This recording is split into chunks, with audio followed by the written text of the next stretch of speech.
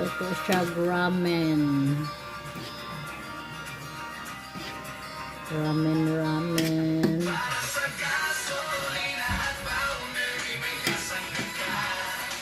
Huwag patul daw. Initan mo yung init. Nipis lang na patul daw. Kasi kasapawan mo.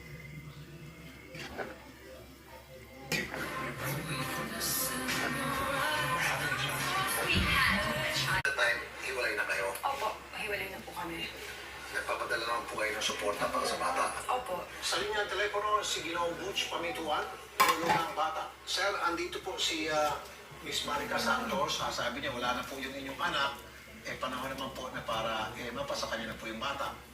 Kung may tignan po sana ni Marica, wala lang po ng anak ko. Sana po huwag mabiglaan. Pero sir, nasa batas po natin na pag wala na po yung tatay, kinanay.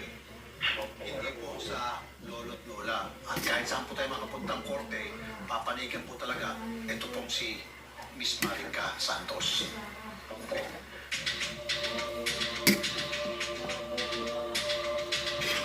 Sign of aging. Binswat tulpo. Sign of aging na. Mga tanawang tulpo.